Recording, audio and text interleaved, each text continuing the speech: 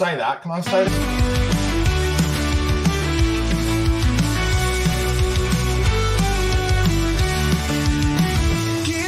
With no regret, flashing the toppings, back of the onion necks, talking the talk with Kate and Jim, and walking the walk, just listening. The perfect match, Kate and Jim, getting at it.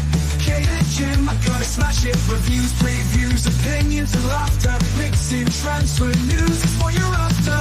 The perfect match, Kate and Jim, getting at it. Kate and Jim are gonna smash it. Reviews, previews, opinions and laughter, mixing transfer news is what you're after. The perfect match, the perfect match. You just got to latch onto that perfect match.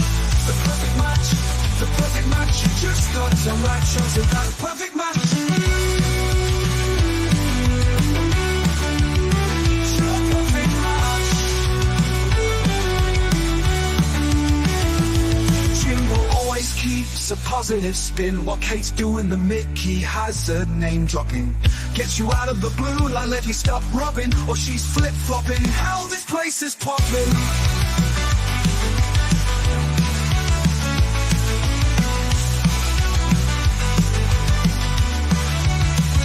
The perfect match, Kate and Jim, getting at it. Kate and Jim, I'm gonna smash it. Reviews, previews, opinions and laughter, mixing transfer news is what you're after. The perfect match, the perfect match. You just got to latch onto that perfect match. The perfect match, the perfect match. You just got to latch onto that perfect match. Jimbo always keeps a positive spin. What Kate's doing, the Mickey has her name dropping. Gets you out of the blue, like let me stop rubbing. Or she's flip-flopping, hell this place is popping. Oh, perfect match, Kate and Jim, getting at it. Kate and Jim are gonna smash it. Reviews, previews, opinions and laughter, mixing transfer news is what you're after. The perfect match, the perfect match. You just got to latch onto that perfect match. The perfect match, the perfect match. You just got to latch onto that perfect match. Jim always keeps a positive spin. What Kate's doing, the Mickey has her name dropping. Gets you out of the blue, and let you stop rubbing. Or she's flip-flopping, hell this place is popping. Always keeps a positive spin. What Kate's doing, the Mickey has her name dropping. Gets you out of the blue, like let me stop rubbing. Or she's flip-flopping, hell this place is popping. Hell, this place is popping. Me and Nick were proper getting at it in the back room, dancing around. I'm exhausted after that. I was actually trying to bring it up on screen. I still can't work out how to do it because we was doing some serious moves there, I've got to say. But anyway, welcome everyone to the perfect match. It's Friday, the 18th of October. Premier League is back this weekend. Thank God, the Lord, and everyone in between. I'm joined today, as always, by my co-host, Jimbo, Mr. Big Time, Nicholas, and the nicest, youngest looking old man on YouTube, Mr. Chang. Jimbo, how are you doing? Good, thank you. Good. Very good. Good. Glad to hear it. Mr. Nick, how are you doing? I'm all right. I'm glad I didn't do a bit of, I know, like I said, I know Ollie Watkins felt being dropped the other day on Monday, so, no Kane. So Watkins, surely he's a shoo-in. But, so I guess you're lucky I'm here, if I'm honest. I dropped you and your replacement never even turned up. Exactly, and that's what makes it even worse. So yeah, I feel hurt, but I'm here and it's fine. So, but I know what you like, Kate. All I'm going to say to everyone in the chat is eyes down, the bingo cards. Get your bingo cards ready. Mickey Hazard name dropping, flip-flopping, quad is on. Everything in between, and let's see who gets the full house first. So yeah, I agree. And Mr. Chang, how are you doing, sir? Doing very well. This past 3 weeks now it's been since I've been back here with my family, back in my hometown, has really been an eye-opener. I have never once been able to spend this much time with either of my daughters in all of their existence, and I'm so loving every single day of it. Although I hope things do look up for me in terms of my job hunts, because there's only so much that I can do without a sustainable income. But nonetheless, the international break is over. The Premier League is back. Absolutely cannot wait to get into today's show and also the predictions for this weekend's fixtures. Exactly that. The Premier League is back. Thank God. I hate international breaks. But before we delve into it, let's have a look who's in the chat today. We have Ben Bryant saying, "Come on, you Gunners." Says, "Big up, Kate Jimbo. So glad we're back to Premiership football. Much love. Much love back to you. Come on, ye Spurs TV." Says, "Big up, y'all. Can't wait for the action to kick off again." Phil P. Woo!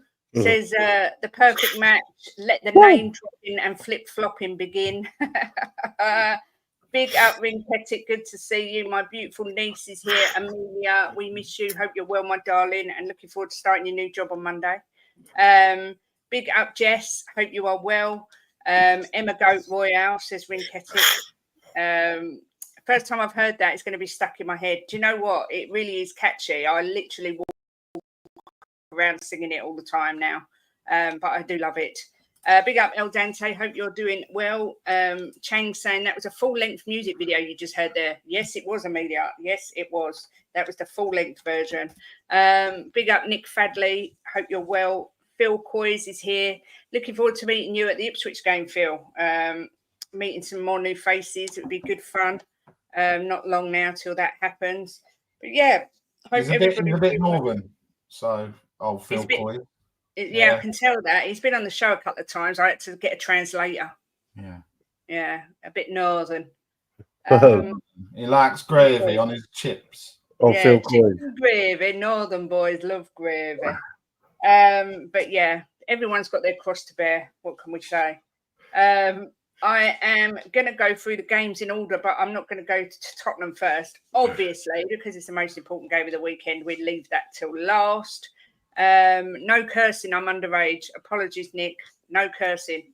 Can't promise Jim won't curse. Yes, sorry, Nick. Sorry, Nick. We're going to upset you. I thought we were going to go a whole show without offending someone, but it's been 8 minutes. So I'm sure. What can I say? Sorry, everybody, but not sorry.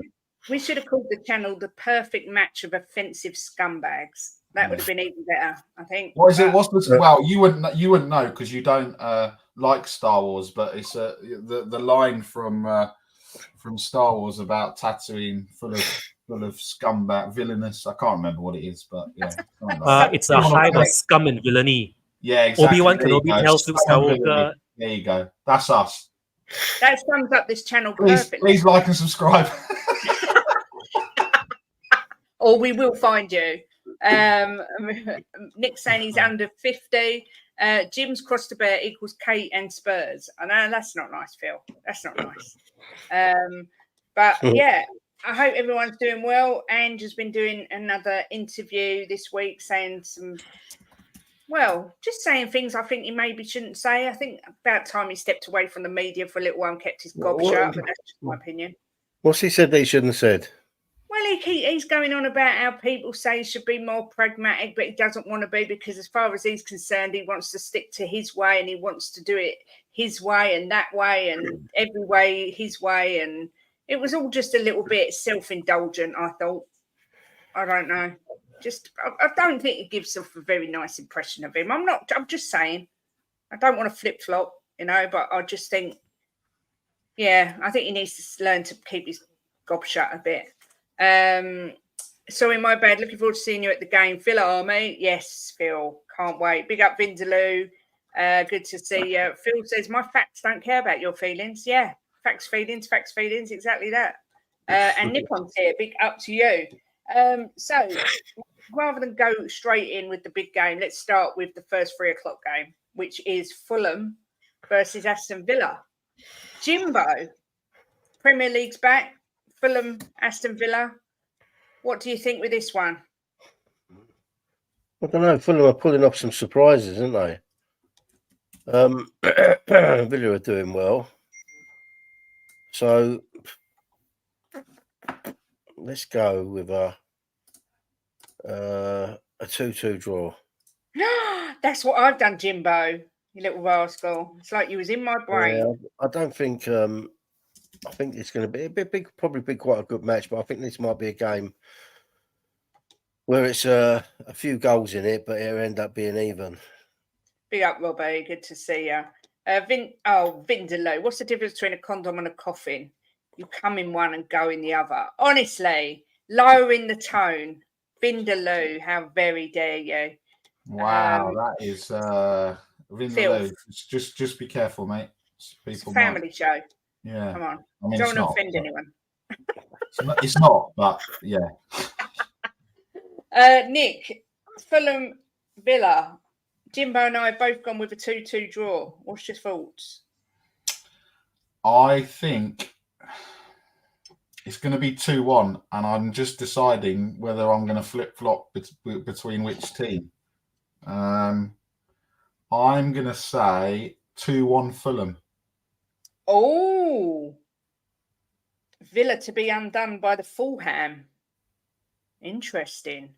Mr. Chang, what about yourself? I'm thinking it's going to be a draw, much like a 2-2, maybe just not so high in the goal scoring side. I'm going to go for a 1-1 draw here. I'm going to go with 1 apiece. Okay. Interesting. I think Fulham are playing some decent football. I do think they get something out of this game, but yeah, it's mixed. Few people going with Nick with the 2-1s, and then quite a few people going with the draw as well. So it'll probably be 0-0 now and be really boring because no one said that. But we shall see. We shall see. Next game on the agenda is Nick's favourite second team or third team, Ipswich Town versus Everton. Nicholas, where do you see this one going? I'm going to go 2-1 Ipswich. Okay. Oh my God, that's the score I've done. That's the score I've done. Whatever, Kate. You get well. We're going to get. Hang on, I might change it. No. I think it'll be 2-1 Ipswich. 2-1 Ipswich. Okay, Yeah. That's exactly what I think as well. I think Ipswich. I think Everton have started playing better, but I've just got a feeling Ipswich might nick this one. Mr. Chang, are you with us, or you fancy something different? I am going with a 2-1 scoreline as well, but unfortunately, it's going to be Everton coming out winners.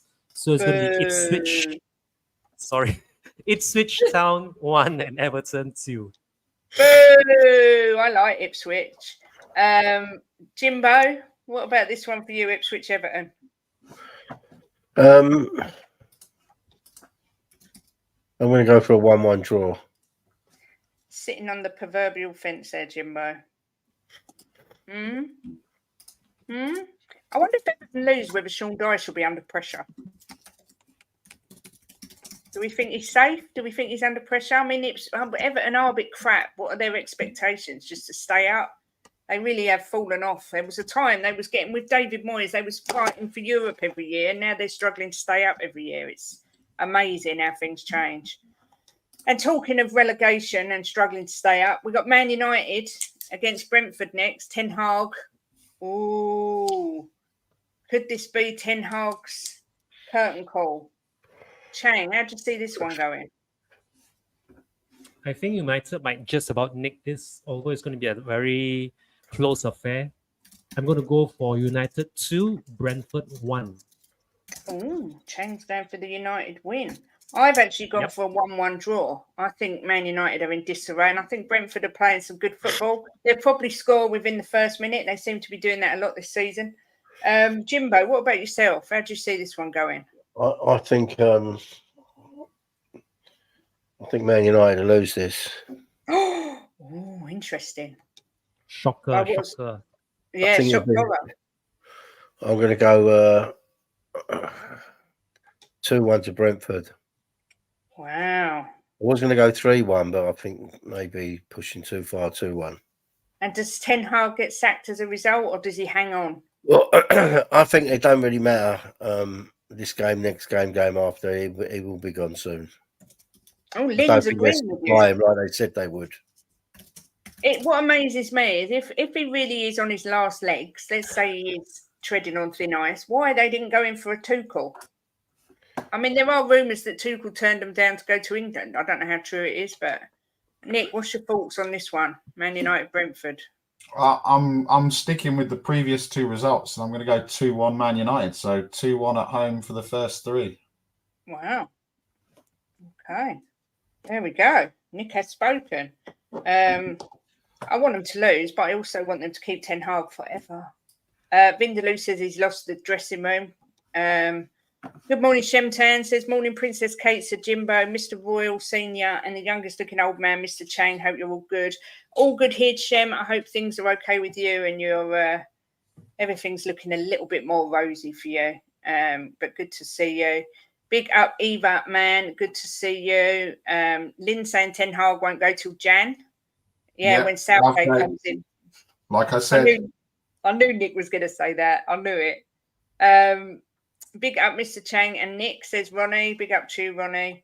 And Johnny Bethnal Green says, morning, Kate, Jimbo, Chang and Nick. Good morning, you front wheel skid. Hope you are doing well, Johnny. Next game on the agenda. This should be a cracker of a game, in my opinion. Newcastle Brighton. I have gone for a 2-2 draw with this one. I think this will be a really good open match. Obviously, Brighton went into the international break on a high after coming back and beating Spurs 3-2. Jim, what's your thoughts on this one? They're hard games, aren't they, this week? They're all hard. What? All games are difficult in the Premier League. So difficult to do.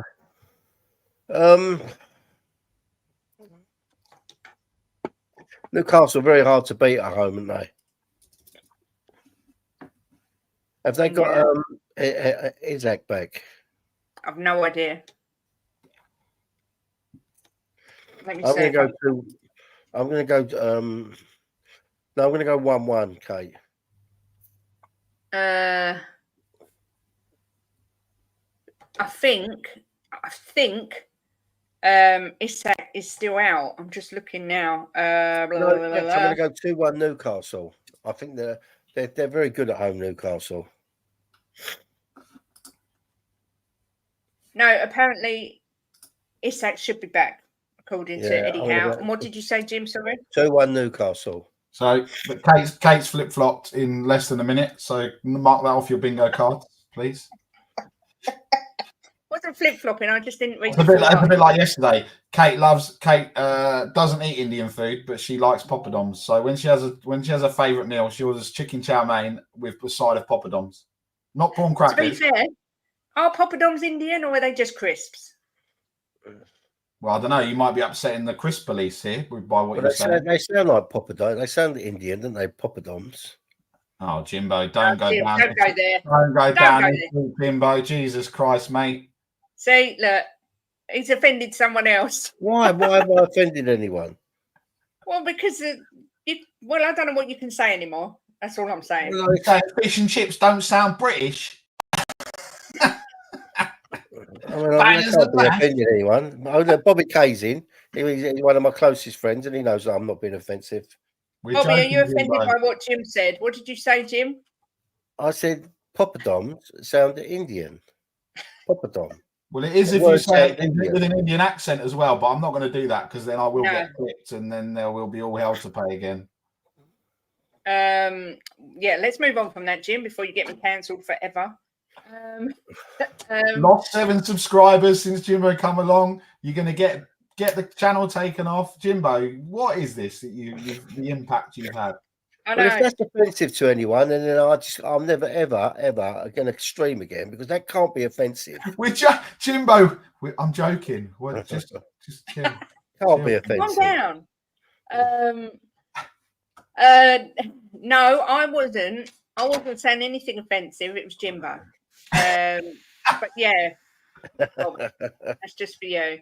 Good morning, Bobby. AJ as well is here. Hope you're well. Chris Agenbar has come in. Joey Barton's come in as well. Yeah, more racism allegations. This channel is just shrouded in controversy. What can we say? But Nick, going back to the football, Newcastle versus Brighton. How do you see this? Sorry, do you see what Vindaloo put? He put up. Well, I'm sorry to one half of you on Jim's behalf. Nicholas, Newcastle Brighton. How do you see this one going? I'm going 2-1 home win again. I think I'll just go I think I'll go the same score for every result because then I know what I've predicted. Are you really going 2-1 again? Yeah, 2-1 with Newcastle, Brighton. Yeah. Wow. To who? To Newcastle. Newcastle. Home win. Same as you, Jim. Mr. Chang, what about yourself? I'm going with the same scoreline as Mr. Boxall. I'm also going for a 1-1 draw. He Jim said went 2-1 Newcastle. didn't he? 1-1 draw. Jim went 2-1 to Newcastle, Oh, and I 2-1. went Okay, 2-2. then I'm 1-1. 1-0. Okay. Flip flop, I flip think- flop, Chang. Chang's flip flopped as well, so we got a double flip flop on the bingo card today. So in case anyone's just joining us for bingo, we've been offensive.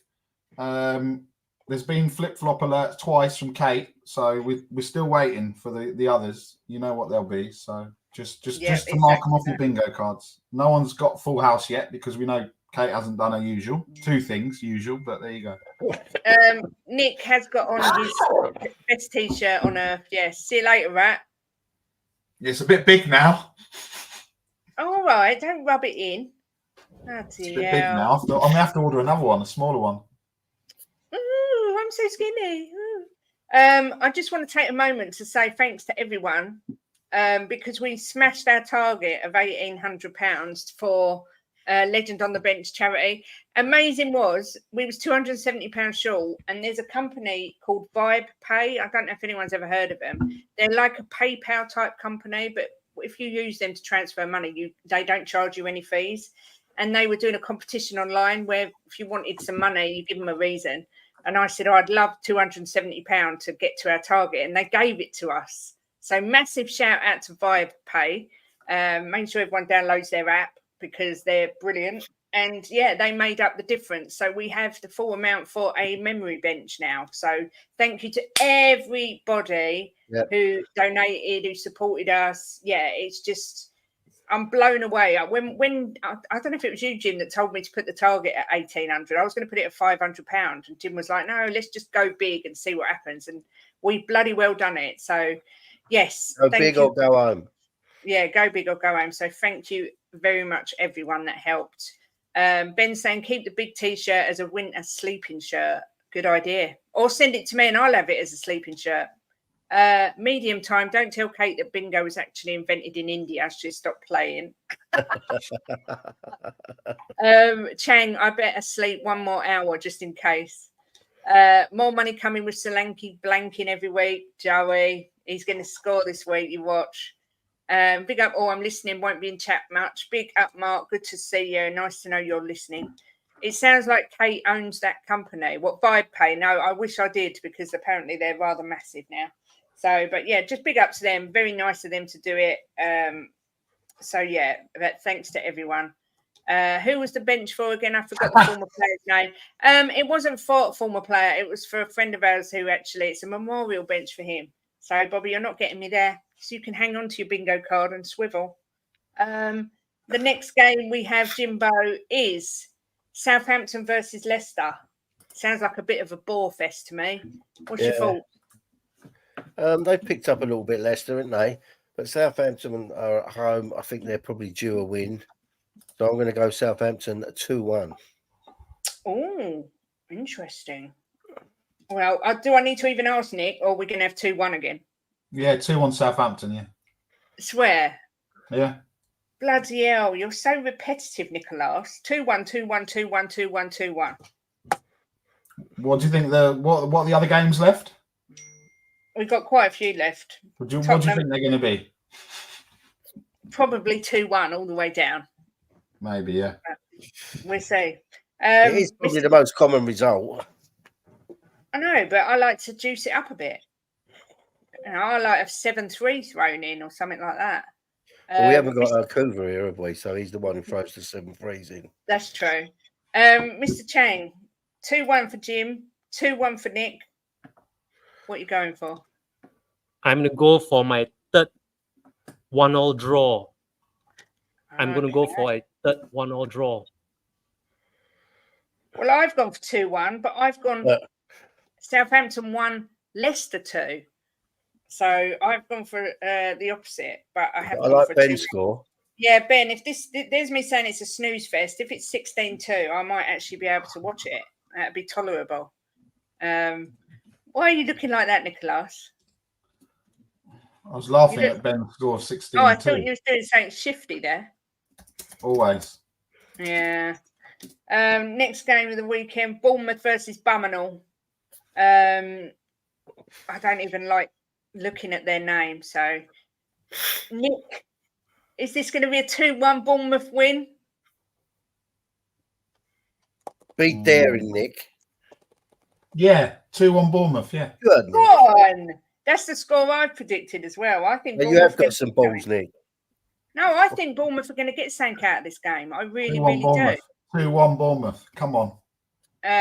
Bobby K's Saka's a 75% doubt. I mean, I was hoping I was going to click on my fantasy team and say 65% as a little ode to Angus, but obviously they only go in 25%. So, yeah. Bobby K's being unusually nice, says Nick. Well done, bro. Seriously, you look great. Well done with all the hard work. Bobby K is always nice.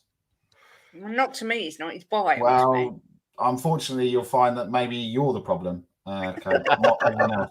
If he's nice to all of us, then the common denominator would be you with your Christmas mug in October before my birthday. Yes, decorations coming out in 2 weeks. Come on. Your birthday tomorrow, Nick. It is, Jimbo. That is correct. Oh, happy birthday, Nicholas. We'll send you a card, but we don't have your address. I don't want you to have my address. I'll send it to Jimbo. I don't want you to have my address. Jimbo can have my address, but you can't have it. Big up to Moondog. I haven't seen you for a little while. Moondog says, "Good morning, beautiful people. Spurs 4-1 win. Come on, you Spurs. I'll take that all day long." So Nick has gone for a 2-1 Bournemouth against Arsenal. I have gone for a 2-1 Bournemouth against Arsenal. Ben Bryan, obviously, as a Gooner, has gone for 2-0 the Gooners. Ronnie 3-2.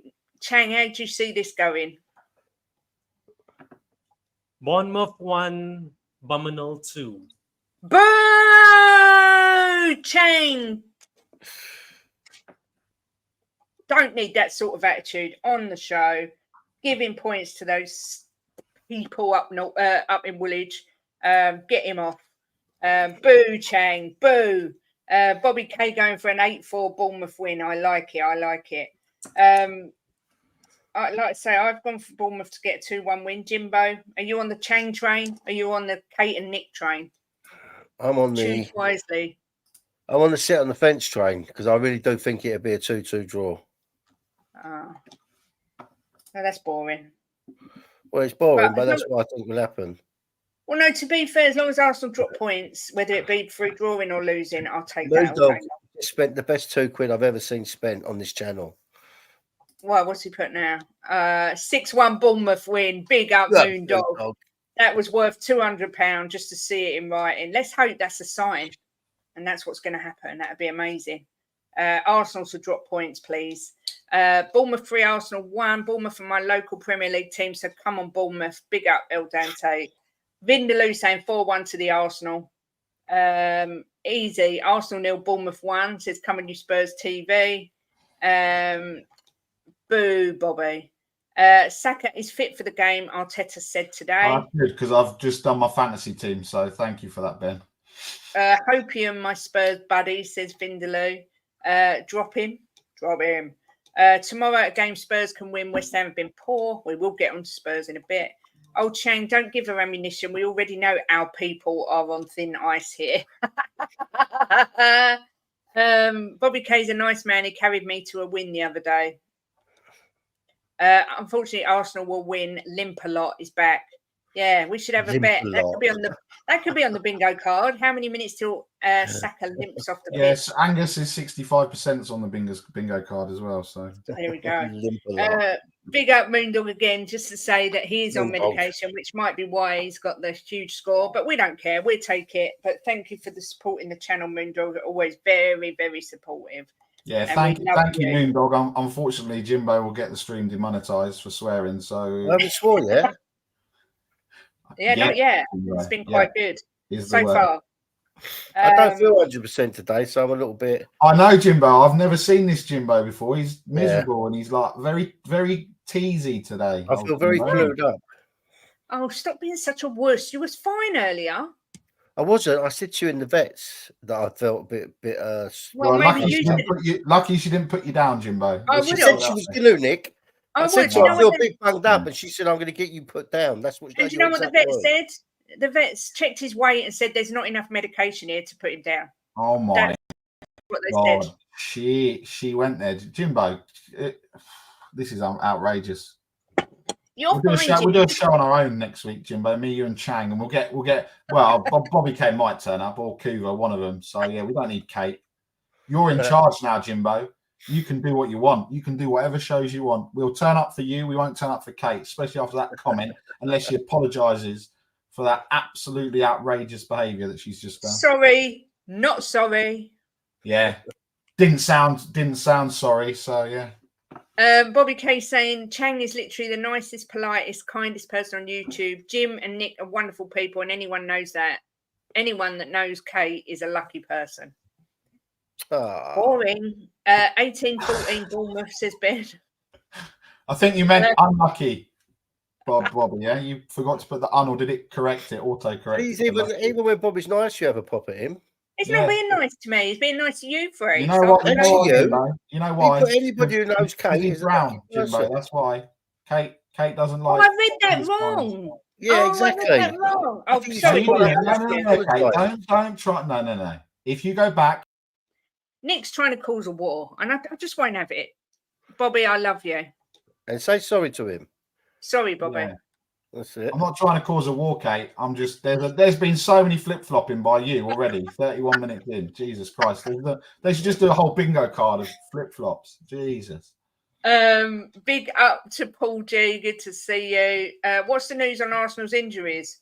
I think, well, according to Vindaloo, most of them are fit.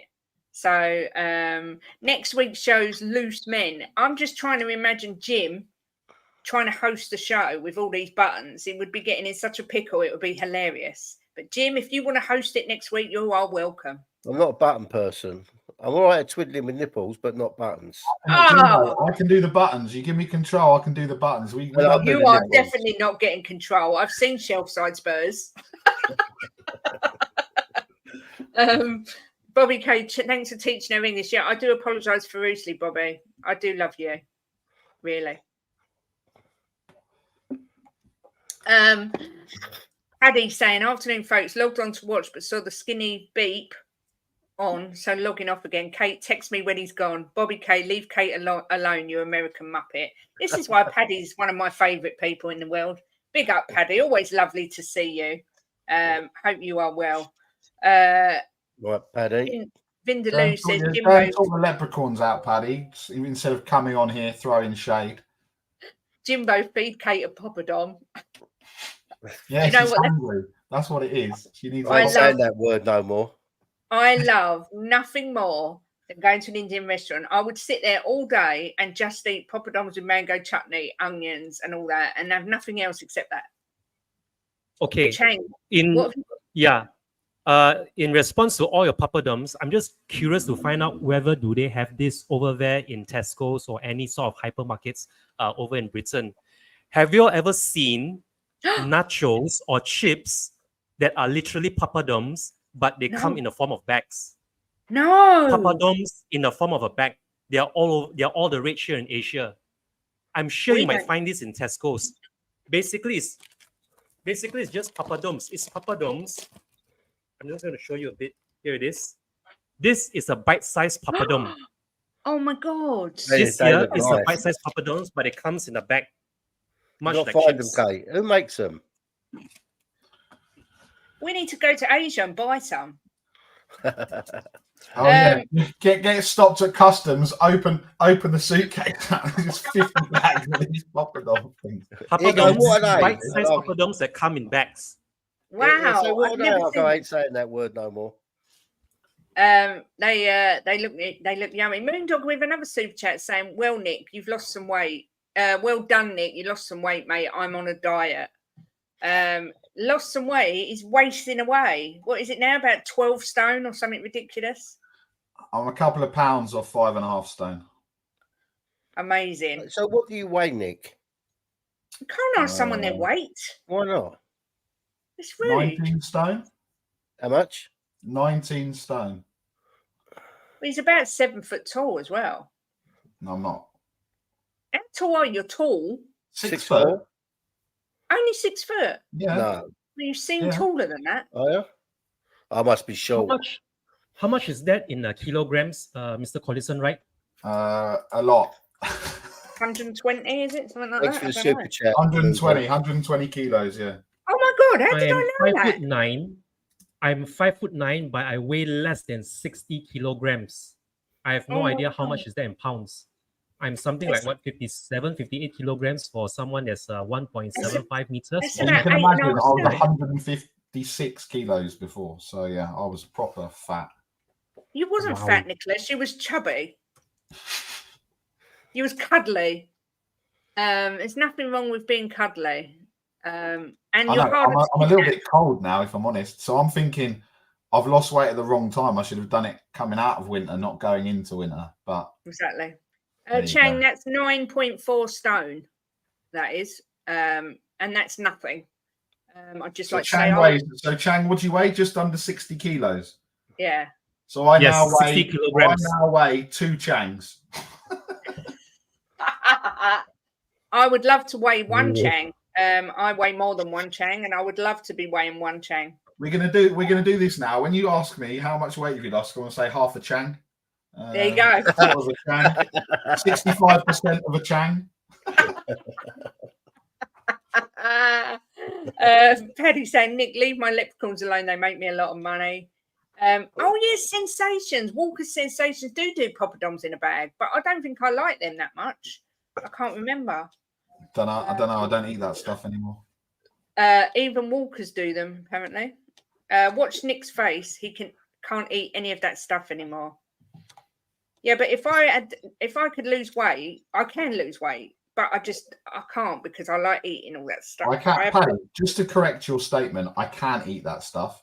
The trouble is, I know that I would just eat the whole bag. That's what I do.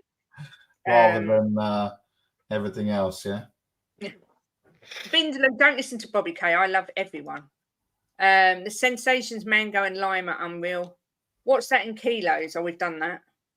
Love you too, Bobby K, you gal bag. Nick's losing weight and I'm the heaviest I've ever been. I'm not the heaviest I've been, but I still would like to lose about 5 stone. But there's too many nice things to eat. I'm not that heavy. I'm not the heaviest I've ever been, but I just like to lose 5 stone, you know, just a half a Chang, you know. I've been 2 stone heavier than I am now, but I would still like to be a lot slimmer. But I was someone when I met her, Nick, she was anorexic, mate, and I made her put on weight. So Jim's a feeder. So if that's on the bingo card, Jim is. She was so skinny, it was unbelievable. She needed to put on weight.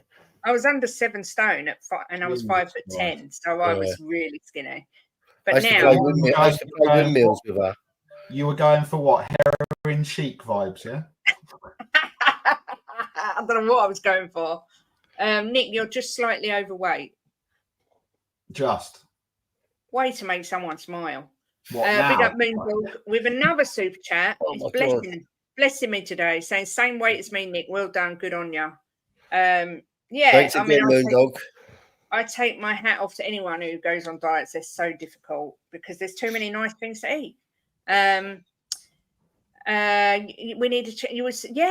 I mean, Bobby, you said he'd be proud of Jai. How did his aeroplane lesson go the other day? You have to let us know. You have to either give us a ring or let us know how it went. I forgot to ask.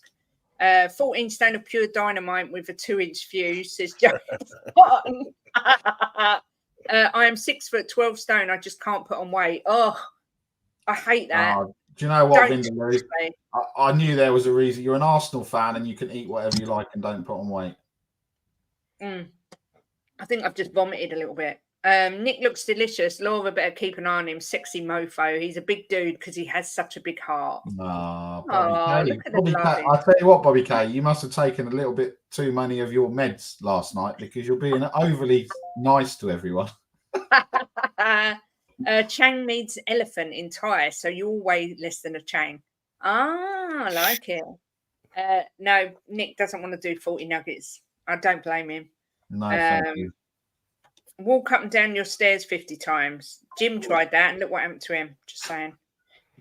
Piss off, Kate. You only love me this week. Jim loves me all the time. Big up, Jim. Exactly. Okay, I tried to be nice. What can I say? Buenos dias, Lisa Chica. Getting so excited to wake up at the break of dawn tomorrow. Yes, indeed. We've gone really off of the football, so I need to get back on track because we're waffling, or I'm waffling.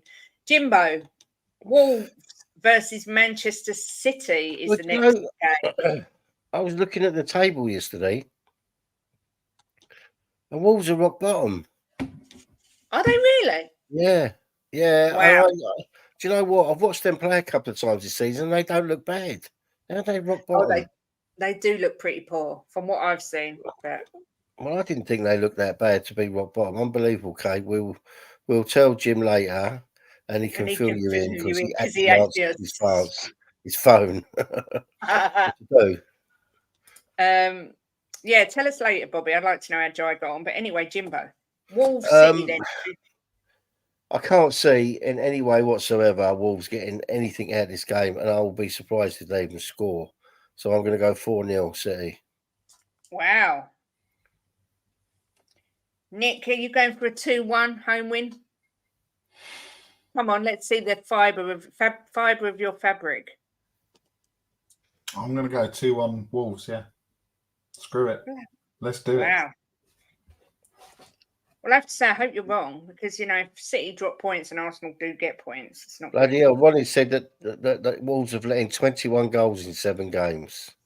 Bloody hell, they think they're Spurs. Mr. Chang, Wolves versus Manchester City. How do you see this one going? After the surprising 1-1 draw between Newcastle and City just before the international break, I'm having some reservations on this match. But even though Wolverhampton Wanderers are rock bottom, I still feel they have a goal in them, but it's going to take some stopping City from, not getting their second win in consecutive league matches. So I'm going to go for my 4th 2-1 scoreline today, but it's going to be 2-1 to City. So it's Wolverhampton Wanderers 1, Manchester City 2. Okay, and I have gone Wolverhampton Wanderers 1, Manchester City 3. Again, I can't see Wolves getting anything from this game. Vindaloo saying 2-2. Big up Coover Bear says, big up everyone. Good to see Chang and a piece of string on as guests. Big up Cooves. I know, Jose, I was being sarcastic because of Tottenham conceding goals last season. Big up to Mario. Hope you're well. What do you say? Don't sit on the fence, Jim.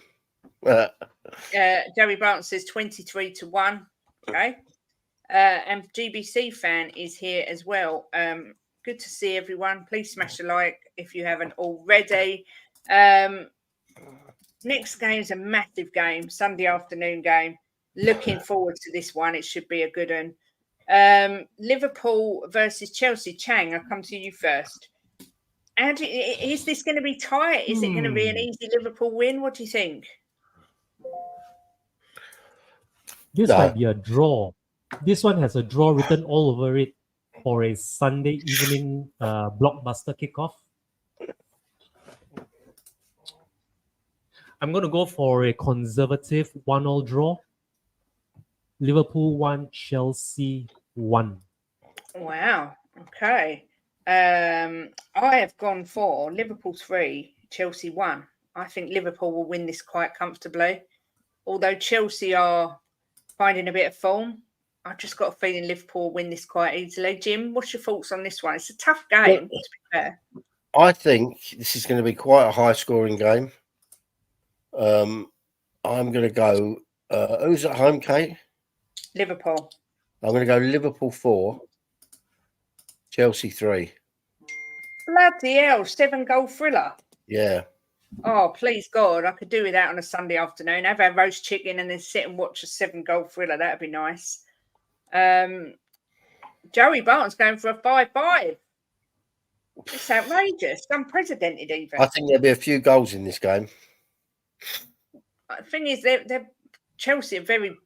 let me word this right. Chelsea are well capable of defensive errors. They can be really open at And the they're well back. capable of scoring goals as well. Yeah, exactly. Nick, what about you? Liverpool, Chelsea, 2-1.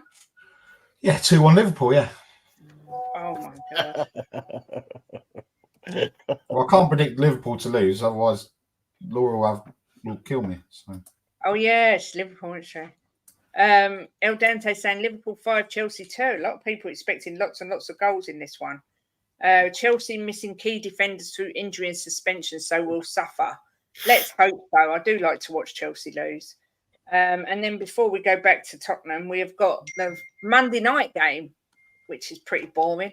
Just going to put it out there. I've done a 1-0 Forest win. Jimbo, Forest Palace. How do you see this going? 2-2. 2-2. Desmond 2-2. Mr. Chang, Nottingham Forest Palace. Let me just count the number of 1-0s I've had so far. 1, 2, 3, 4, 5.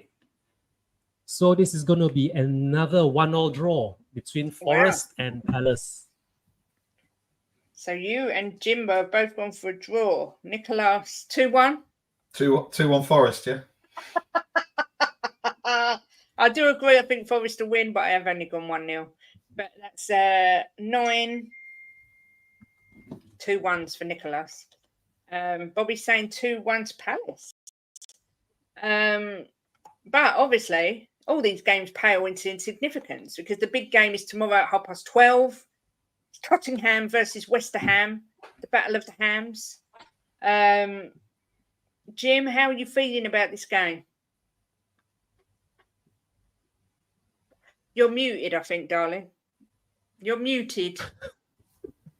I said I'm very confident. I think people like yourself are being a bit harsh on Ange, looking too much into his interviews. What he's saying, I think you're all being a bit, not all of you, but some of you have been a bit harsh. I think you're taking out of his words things that are not there.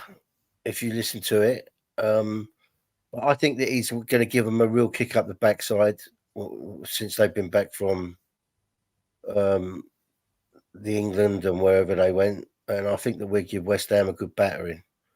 I think that. Do you want my score? Yeah, you can give me a score. 4-0. Well, that makes a change. I've never heard you say that scoreline before. I think they're going to come to our ground, and we're just going to eat them alive, and everybody will be back on the Ange train. Well, not everybody, but some will flip flop. Tottenham 147, West Ham 1.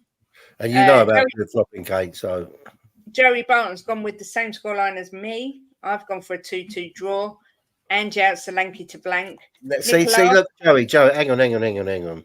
Joey, we want you to give your true prediction, not what you want to happen. Nicholas, 2-1 Tottenham. 2-1 Tottenham, yeah. I didn't even need Johnson to get 8 and 8. So. Oh yes. What and who else to get the other score? Other goal. Oh, Brennan Johnson can get 2 because I've just made him captain in my dream team, so he can get 2 tomorrow. And actually, it can be a hat trick, and I wouldn't care because it gets me lots of points in fantasy Premier League. I like it. Mr. Chang, Tottenham versus West Ham in their cup final. What do you fancy?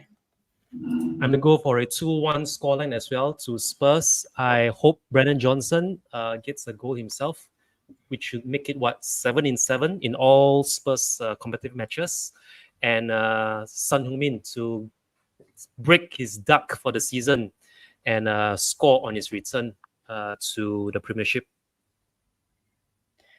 Sorry, I was drawn away by Shem saying 9-1 Spurs, Solanke to get 3, Johnson to get 3, Son, Porro and Romero. We usually will smash West Ham at home, even in crap season, so this should be light work. 3-0. West Ham have been bad so far this season, but I'm worried they give their best performance. Brennan Johnson and Van der Ven to score. Fans are a little too cocky about tomorrow's game, and it has happened in the past where we've looked stupid. I hope a Spurs win, but I can see a lucky draw depending on the formation. I'm going for 2-2 draw, and I'm going to do Brennan to score again, and I'm going to do another goal to come from Solanke.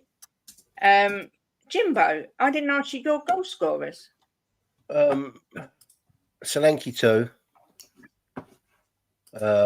Yeah. BJ 1. Yeah. And Sonny to score on his comeback. Okay. The reason we've been so unfortunate this year is because we don't have the vibes of Emerson Royale, says GBC fan. Sonny has 2 goals already in the Premier League, Chang. Yeah. Vindaloo says, question, if you lose, are you Ange out or do you need more embarrassing results? Go on, Jimbo, I'll let you answer this first. Do you know what, Vindaloo? You know I've talked some pony sometimes. So we lose a game and we're all Ange out. You know, it's... Honestly, if Arteta loses tomorrow, you Arteta out. I mean, I ain't No, but going to be they are Ange out. they're sitting at the top of the league. Yeah, Like, but it maybe doesn't not matter. at the top. If we lose against West Ham, I'm not going to be Ange out. Well, it depends. There's a lot of scenarios. Depends how Ange acts, how the players act. You know, we might play fantastic and lose 2-1 to 2 lucky goals, but no, I'm not Ange out. It's if it's an embarrassing result 7-0, then maybe I might start thinking about it. But it won't be an embarrassing result. It's got to be the context. If it's the manner of the defeat, if we were to lose, if we lose 5-0 to West Ham at home, then yeah. When I go through the season, right, the 2 games that I'm really, really disappointed with this season is the Coventry game, but I can make excuses for that one to a certain extent because it was a team thrown together, right, and the Brighton one. But every other game, I felt that Tottenham have played well. So even though we've lost, drew some of them, I don't think they've played bad. I think they've played well. So no, I won't be Ange out if we lose. It's third, Vindaloo. You're third. You're not top. You're third. Yeah. It's going to take a lot more than to lose a couple on a spin for me to say Ange out. I'm not a flip flop. Ronnie says we lose tomorrow 4 out of 8, not looking good. Ange will come under pressure. Of course he will, Ronnie, 100%. But you've got to look at the manner of some of the losses. It's not like we've been battered every game. Some of the losses we've been really unlucky and have been individual errors. So it's you've got to take the whole package in. But Jim, what I will say is, it's like when you win and people go, "Oh, I don't care how we played." In the record books, they won't show how you played. It will just show that you won. It's the same if you lose. It don't matter how we play. If we don't win, it means jack shit. Yeah, but you can say, Kate, like I've just said, we've lost. We drew against Leicester, was much the better team. We lost against Newcastle. We was the better team, right? If we win a game 2-1 tomorrow, if we win 2-1 tomorrow, and we don't play well and we're lucky, I'll say we're lucky, you know. But I think so far as the season's gone, I can see that what's happening with the club and the way we're playing. It's just it hasn't gone completely right, and that is mainly through individual errors.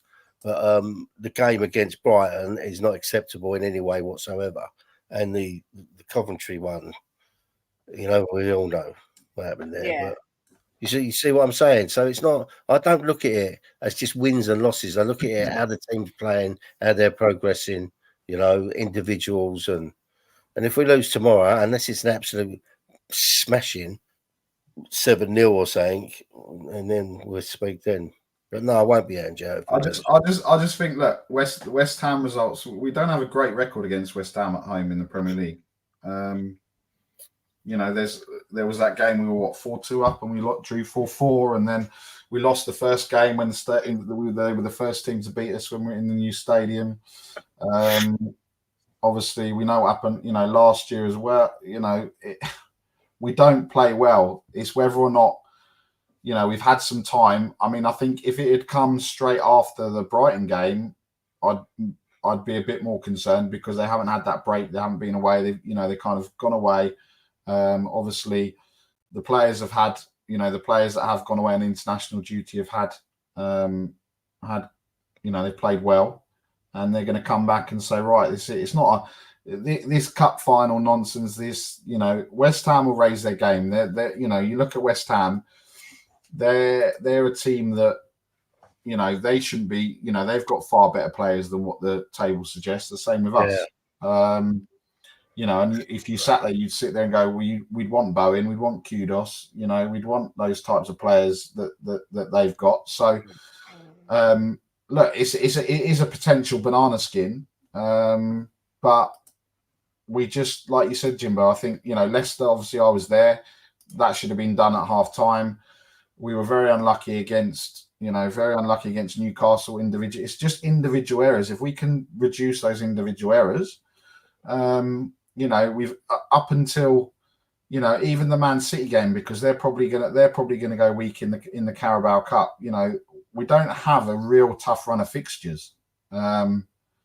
You know, because even when we get into November, Villa at home, if it was Villa away, a different story. Galatasaray, Ipswich, Man City, Roma, they're not, on paper, they're not game. You know, it's not a Arsenal, a Liverpool, a Man City, Man United, you know, a Newcastle, you know, that kind of string of games that we had last season or the season before, right? So I think we just need to, you know, we need to win. It doesn't matter. I don't care. Yeah. I don't care if we play like we did against Coventry and get the win like we did. If we play badly, I don't care if we go and play badly like that and win every week and do whatever happens.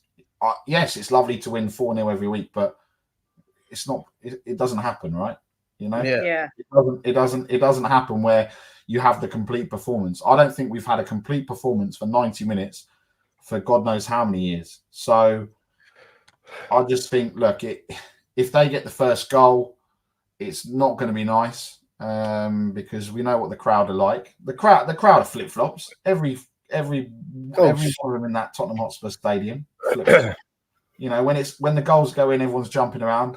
When we're playing badly, everyone's moaning and groaning, which is fine because that's what people pay their money for, and they're entitled to do that. But you can tell exactly. I can tell exactly how it'll be on Saturday. It will be a little bit of nervousness. Then if we don't start well, moans and groans. They score, more moans and groans. Boos at half time if we go in at the break losing. And then we'll come out the second half, we'll score, everyone will be happy. And then we might nick a winner, and then there you go, everyone will go home happy. That's kind of what normally happens, right? But look, we do need to go on a run. We do need to put some wins together. We need to win on Saturday. Win on Thursday, win against Palace, knock City out of the Carabao Cup. And you know, look, there's 4 games in 11 days. And, you know, four games or even 3 games in football is a long time. So it can be the roller coaster. We could be just coming down and getting really excited to go on the next loop, or we could just be coming down and the roller coaster's broken and everyone's going to be doom and gloom. But yeah, Vindaloo, he's not. I don't know if you listen to me or not. I know you like me because you put some nice things in, but you have to listen to what I say. He's not got a pass, not by any means. But what I'm saying to you is, we haven't played bad. It's not like we've been going out every week and playing like terrible football. I look at the football and I think, yeah, there's something there. I can see something could happen here, right? I can see that the players are shaping up to him, and there's going to be bumps in the road, you know. And as long as it's not bumps like the Brighton game, I can suffer it. I can suffer playing well, and if we lose because he's getting everything how he wants, and the players are getting, you know, how he wants them to play, there's going to be some bumps in the road. But I do expect. I do love you, Jimbo, just like to test you now and again.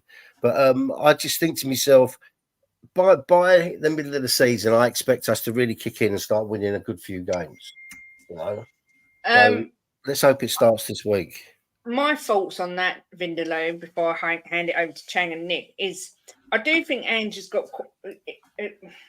He hasn't come under the same scrutiny, and I think he's got away with more than some of the previous managers have. But I think the reason for that is because everyone was so peed off at Spurs after having Conte and Mourinho that he was a bit of a breath of fresh air because the football's good to watch again. However, I do think now people are starting to question him more. And I think if the results don't start picking up, he'd be under massive pressure. But I do kind of get it that when you say that he gets a pass, I do think he does get away with more than, say, Nuno did or Conte. I mean, Chang, do you agree with that? Do you think Ange is quite protected as a manager? I wouldn't say it's protected for the simple fact Like for this season alone, if we look at the losses, I mean, this is just expanding on what Mr. Boxer has said, but all our losses have only been by a solitary goal margin. It's not like we lost by 2 or 3 or even 4 goals. We lost by 1 goal to Brighton, although it's a disappointing one, but that's the way football goes. We also lost by the odd goal to to Arsenal at home, and also to Newcastle away. Other than that, this season has actually been quite stable in the sense that, yes, we sometimes have to scrape out victories, but for the most part, all of our victories have been convincing, barring maybe Coventry away. But the wins at home against Everton and also away against United, those were convincing victories. And there was something that I wanted to say on Wednesday with regards to why Big Ange said what he said in the post-match conference, or even in follow-up press conferences, whereby he alluded to those substitutions not really making much of an impact. The way Big Ange manages the players gives me the idea, or rather gives me the opinion, that he wants to see which players are there for the entire match. He doesn't want 60-minute men. He doesn't want 70, 80-minute men. He wants players that can play both halves. You can be very good in the first half. You can be leading 2-0 away against Brighton and Hove Albion. But at the same time, you are able to hold on to that lead all the way up to full time and bring home the 3 points. He doesn't really fancy players who wants an easy way out. Supposing, let's say, by the hour mark, some of these players, they can't last the whole 90 minutes. They want substitutes on in their half, in their state. I think that might give our substitutes a wrong impression as to how substitutions are being made, or rather how players are selected when he pencils down his starting 11. Moral, or not moral, the all in all, he wants players that can play both halves. If you are there for the first half to score the goals, you should also be there to pick up after yourselves and hold on to that lead and bring home the 3 points. Don't expect super subs to come on and shore up the back line, or to fill in the gaps, or even to make up for your deficiencies. If you are in a starting 11, I expect you to be able to finish the entire 90 minutes. If you do pick up an injury, a niggle, a knock, whatever it is, then yes, you're entitled to be substituted. But other than that, if you are there to start the game, be the one to end it. And I think this is a good message to send to the substitutes. If the substitutes are watching this, and if, let's say, Big Ange does what he did at the end of last season, James Maddison, you are not up to scratch. You are not in my starting 11. You are liable to be dropped, as you were. So I think that sends out a message to Cuti Romero. If he doesn't pick up the slack, then I can see Dragushin coming in. The same can be said for maybe, say, Pedro Porro, because recently we've been hearing some things about Porro wanting to leave at the end of the season, or maybe Jet Spence signing extension to his contract means that there'll be more competition for Porro, and maybe he doesn't really like that. So all this tells me is that Big Ange wants to see which players are in for the long haul, which are the ones who will really grind for him, and which are the players who are only there for the glory, for the goals, and nothing more.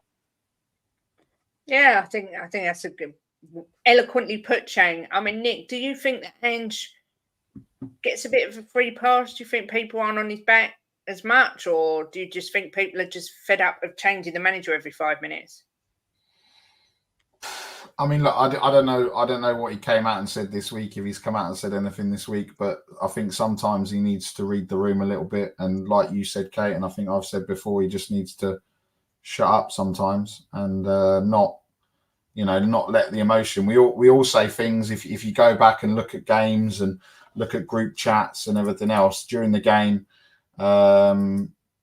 games in the whole, you've got the emotion with it. Whereas you come back, you watch it again, or you watch the highlights, and then you can make more of an informed decision. And I think this is this whole nonsense that they're going to put get an assistant manager to do at half time, or they're going to put cameras in the dressing room, or they're going to do interviews with the subs and everything else. What do you think a player is going to come off? Oh, do you think he should have been subbed? No, I shouldn't have been subbed. I don't. I mean, it's just nonsense. It's to create more drama. It's to create more, more. You know, just creates. It isn't great. I mean, look.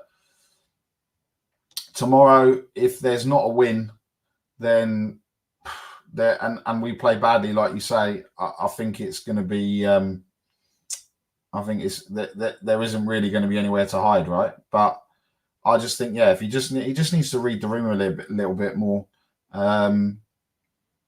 Do we need to change his manager? No, because what have we seen? We know what happens. We know the script. We'll change the manager, and then who are we going to get in? I mean, obviously, if the rumours are true about the 12.5% stake that Amanda Staveley and everyone else has done, or that's a done deal or not a done deal, which I saw, then obviously everyone's going to be talking about Eddie Howe. But then why would Eddie Howe leave Newcastle to come and do the same? I mean, none of it makes any sense. There isn't really anyone crying out. There's no one there that cries out to replace him. There's no, none of this. I think the trouble is that we've been so starved of success that we'll take anything that we can get. And it started well, and it's fallen off since those first 10 games. And I don't know. I just what's going to happen? We sack Ange, and who are we going to get? Because we know what's going to happen again and again and again and again, because that is the history of the Tottenham. So I don't care how we play as long as we win games. I know some people want to play pretty football and play, attacking football, but sometimes, and particularly against Brighton, we should have just sat back, or someone should have got there. If you look at Romero and Maddison, supposed to be part of the leadership team, well, they couldn't lead a dog with a bloody lead after that game, because they should be sat there going, what the hell are we doing, guys? And you remember it, right? You remember it from when you were kids. You scored a goal or you conceded a goal, and it was like, right, the next 10 minutes are important. Composure. Don't we've got ourselves into this game, or we've got the lead. Let's not throw it away. Let's keep it tight. It doesn't matter what happens. All right, I get it. Southgate's going to Man United, Lou. I've already told you that in January. The thing is with Ange, Nick. The thing is with Ange, right? If you look at the Everton game and the Man United game, we played really, really well, and we defended well, right? But then you look at the other games, like the Brighton game and the Coventry game and the Newcastle game, where we played well, and then it just fell apart in defensive errors, and whatever way they fell apart. Yeah, right? It's very. I agree, but I think there's too much. These players, it's very frustrating. Inconsistent. And I'm kind because of like, you don't know every game, right? You don't know every game.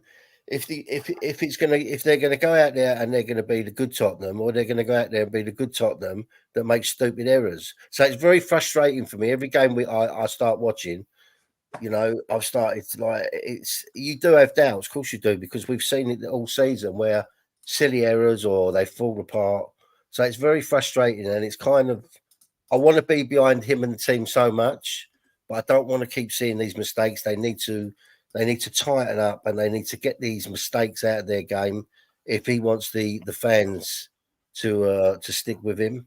But if it keeps going on, I mean, even myself, I'm not going to stick with it, because I'm kind of like, if people are saying, "Are you Ange out or are you Ange in?" I'm kind of like Ange meh. Like, yeah, I understand. That's how I feel.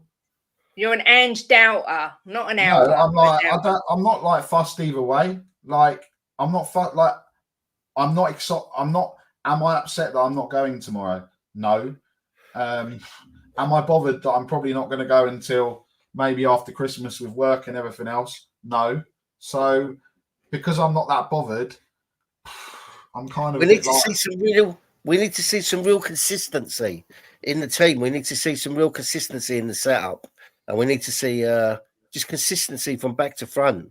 And concentration and not making silly errors. I mean, But I think if you Romero get staying 100%, focused for 90 minutes, how 95 Jimbo, minutes. I think the thing that's frustrating is that we've been talking about rebuild since Poch, right? We still haven't done it. We still need probably 6 to 8 players in this squad that are better than what we've got, and that isn't going to change in the next transfer window, the transfer window after that, and maybe the transfer window after that. So that's another year and a half, and we've put up for it for so long. So do we just put up with it, or I don't really know what the answer is. We can sit there and everyone can have their opinion, and that's absolutely fine. But I don't know. It doesn't change anything. We're not experts. We're not. Ange is there. Ange is employed. Like you say, Jimbo, we should back the team and back the manager. But I find it's very difficult at the moment to do either of that. That makes I understand that 100%. That doesn't mean that I don't. More consistency That doesn't mean that all the players. Yeah, it doesn't mean that anyone's less of a fan or doesn't love their club or anything else. I think it's there was that thing that I posted and I sent on the group, and it was like someone said something like that, and it's like, don't worry, I support Tottenham Hotspur, so you can't like break us, because we're like, when you think of everything going on in this world, we support probably the most frustrating football club in the world. Yeah, I agree with that. And I just don't know how to feel at the moment. So the only thing that I would be going for if I was going tomorrow would be to see Phil P and a few other and Ben and everyone else, right? I wouldn't be going because I'm excited. Huh? You're not coming to the Ipswich game. No, I'm going away. I'm going in another country for the Ipswich game. That's what. And Leo, who's come all the way from Denver, not coming to see us. Well, if I knew Leo was coming in that time, then I would have not gone. But obviously, you're going. You told me that you did know, but you didn't want to see him. That's not what I said, Kate. Show me the messages where I said that. Go on. Come on, show me the messages. Show me the receipts, bruv. Yeah, it says, I don't want to see Leo. He's a twat. Leo, if you believe that from her up there. That's it. I'm waiting for updates from Ange's press conference, because they're meant to be coming through, but nothing's come through yet. And it's like, it's late. That's all I'm going to say. Easy to say Ange out, but who would come in, and would it be any better? Who knows? Who knows? Yeah, that's a massive statement, because it's so true, right? It is easy to say Ange out, right? And but who do you get in, and who is going to come in? It's all right, people saying get Eddie Howe, right? Is he going to be any better than Ange? I don't know. He's not. He gets his team playing well, but they're not pulling up any trees, are they? I mean, it's. I don't know, Kate. If you want to do better than what Ange is doing, you've got to get a better manager. And who is he? Who's going to come? Go get Pep. But it's all right saying bring someone else in. Who are you going to bring in that's going to change it? You know. Sometimes it's just better to stick with what you've got and try and make them, help them to get it right, Levy. It's frustrating to be a Spurs fan, massively, because you're never, ever going to get a Pep in there. It's not going to happen. Why is Pep going to go to Tottenham?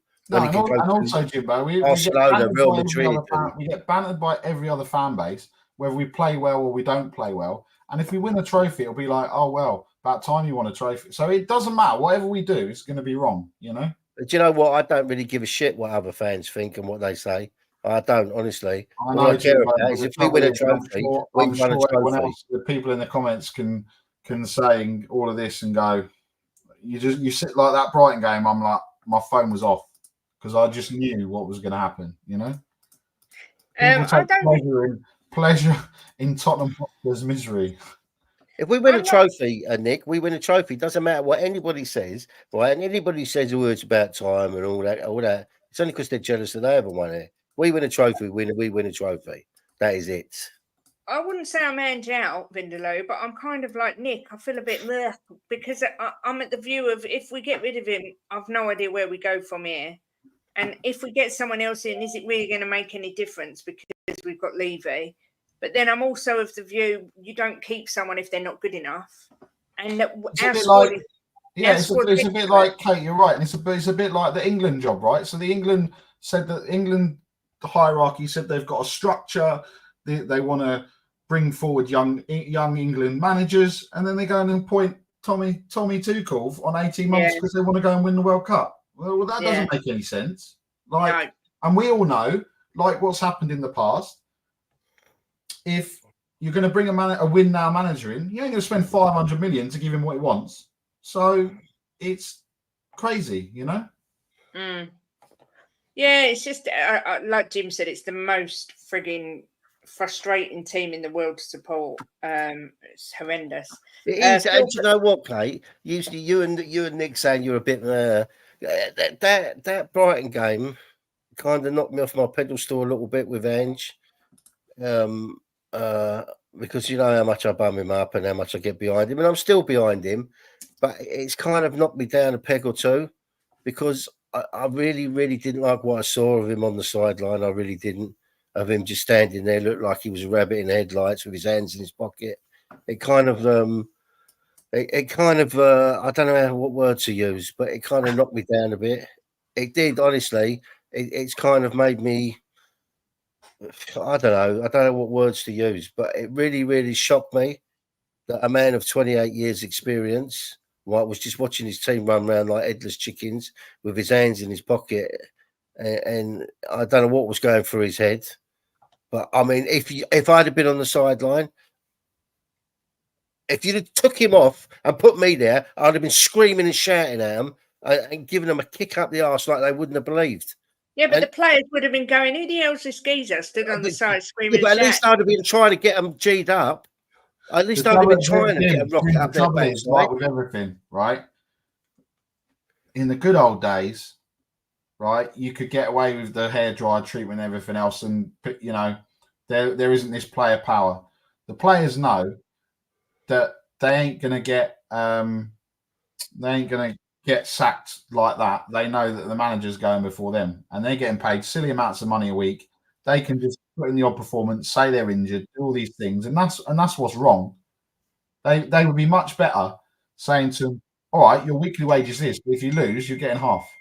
I'm sure that would bloody kick them up the arse. The thing is, Nick, we're sitting there watching it, right? This is really what's kind of knocked me down a peg or two with Ange.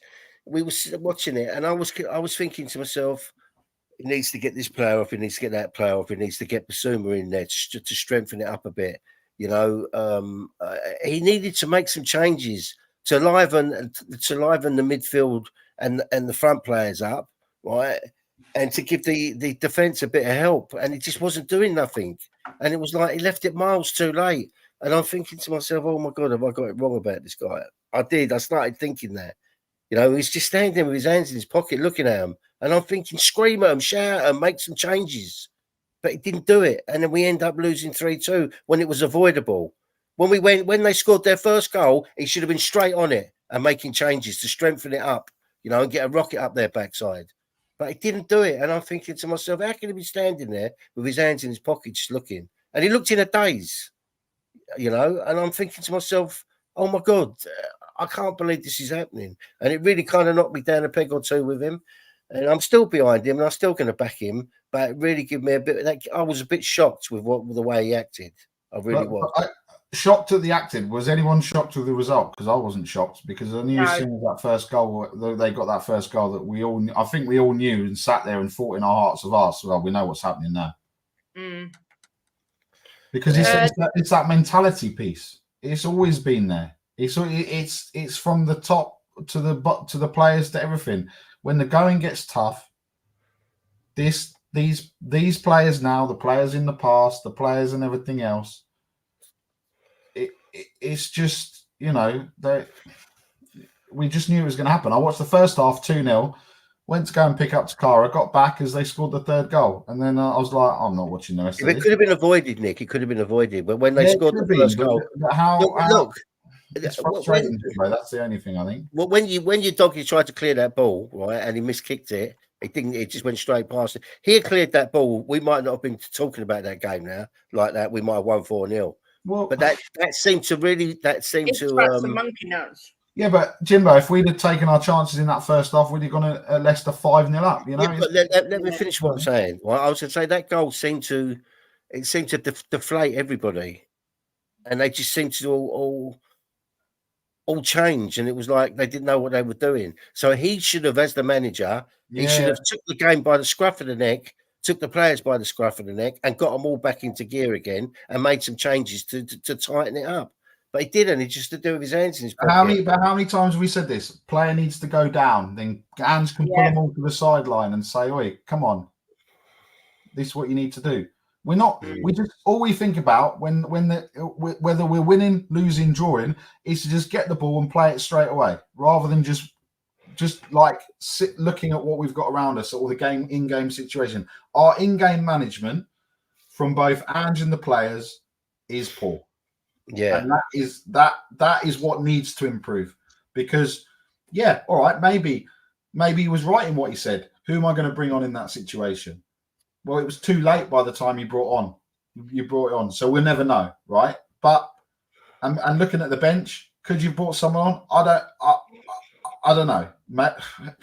Maybe not. Would it have made a difference? It is like Destiny says. It's the Lamella. It's the the only good thing that Richarlison does is to bring that level of shithousery to we talk about, go down.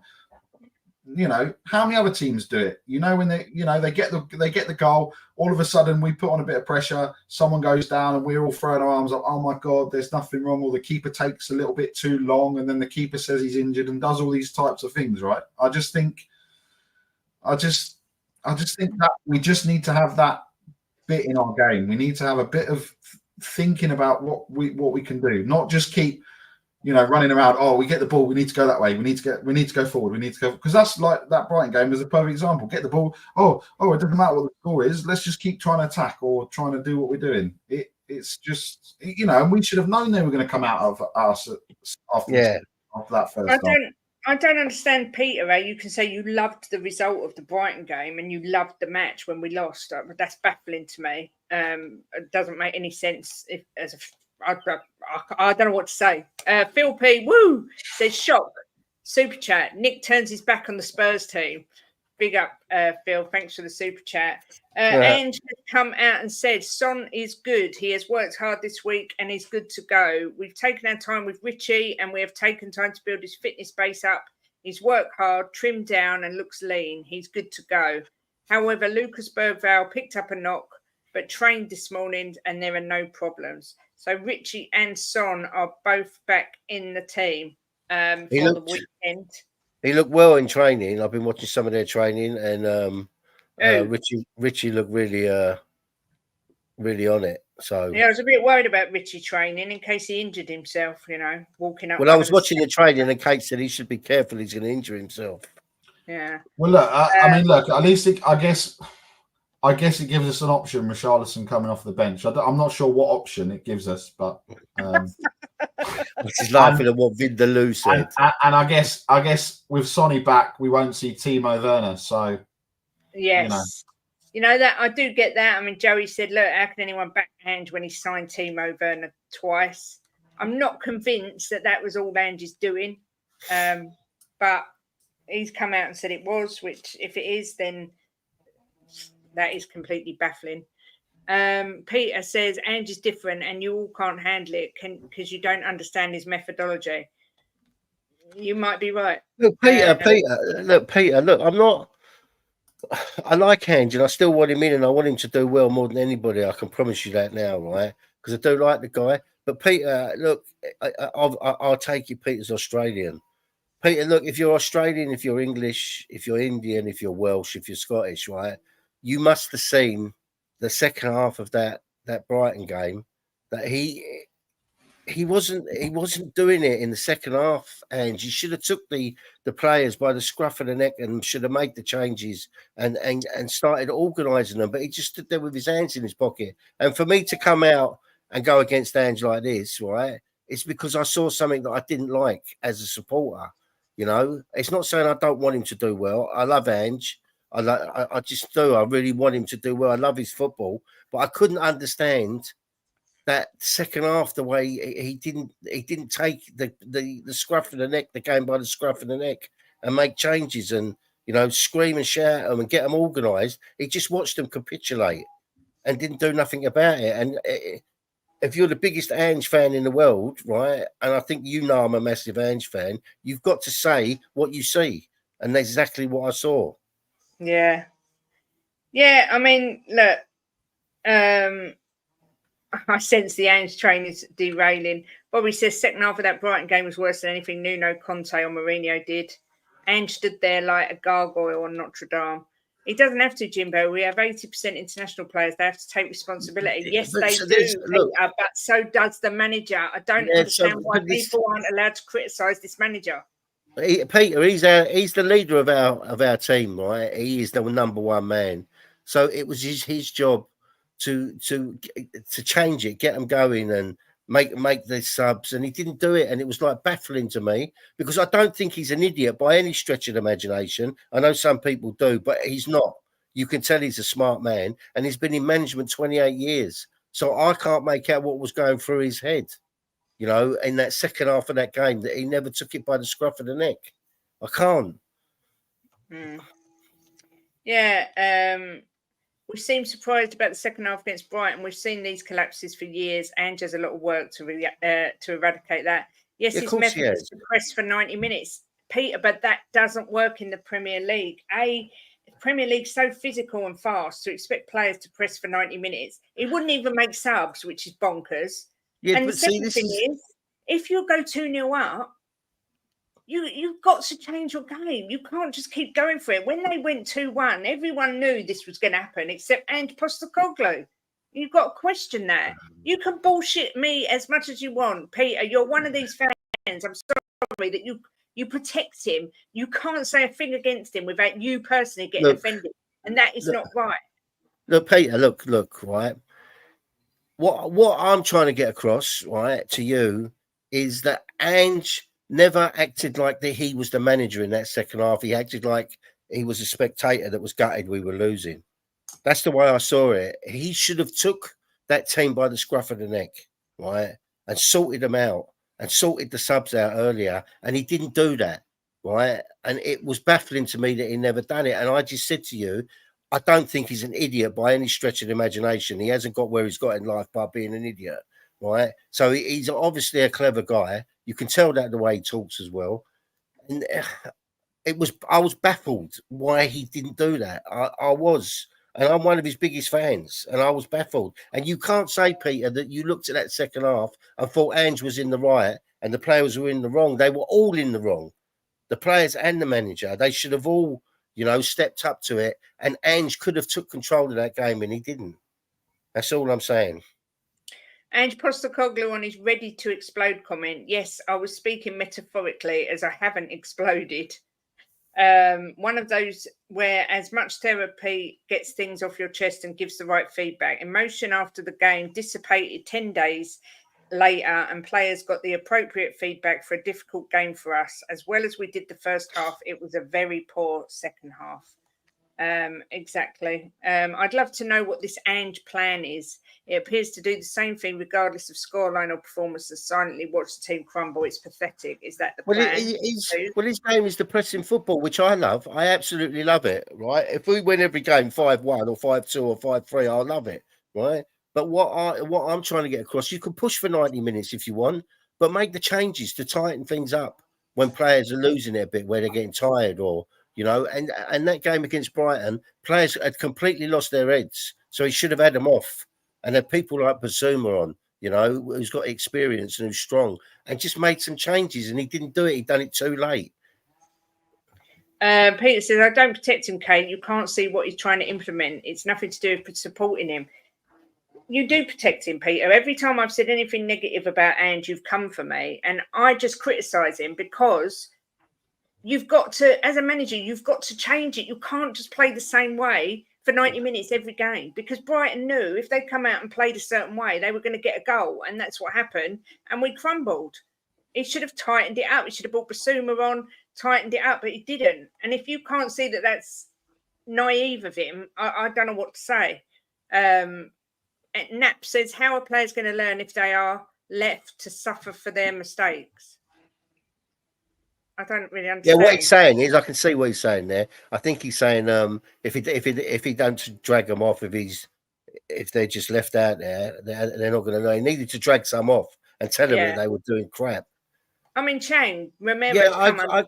Can I just answer Peter there? What did he say there about capitulating? Yeah. Yeah, 100% right, Peter. You're 100% right. But Ange should have made the appropriate changes, right, to get the ones off that had lost their heads and tighten it up, and he didn't. That's all we're trying to say to you, that he didn't take the game by the scruff of the neck as the manager. You could have took him off and put me on, and I could have made changes and made us a better team, right? And I'm a nobody sitting on YouTube. And there's probably 10 people in the 20 people, 30 people in the chat could have done the same thing, but he didn't do it. Yeah, I mean, Chang, Romero's come under a bit of fire. He's made a lot of mistakes, or a few mistakes this season. Would you consider dropping him for this game and maybe starting Dragusin? I will give him maybe 1 or 2 more games before the City Cup final. I'll call it the City Cup final at the end of the month. I'll give him 1 or 2 games to see if he can improve, because if he doesn't, then I don't want him anywhere near the squad, or rather the starting 11, when we host City at the Tottenham Hotspur Stadium for the 4th round of the League Cup.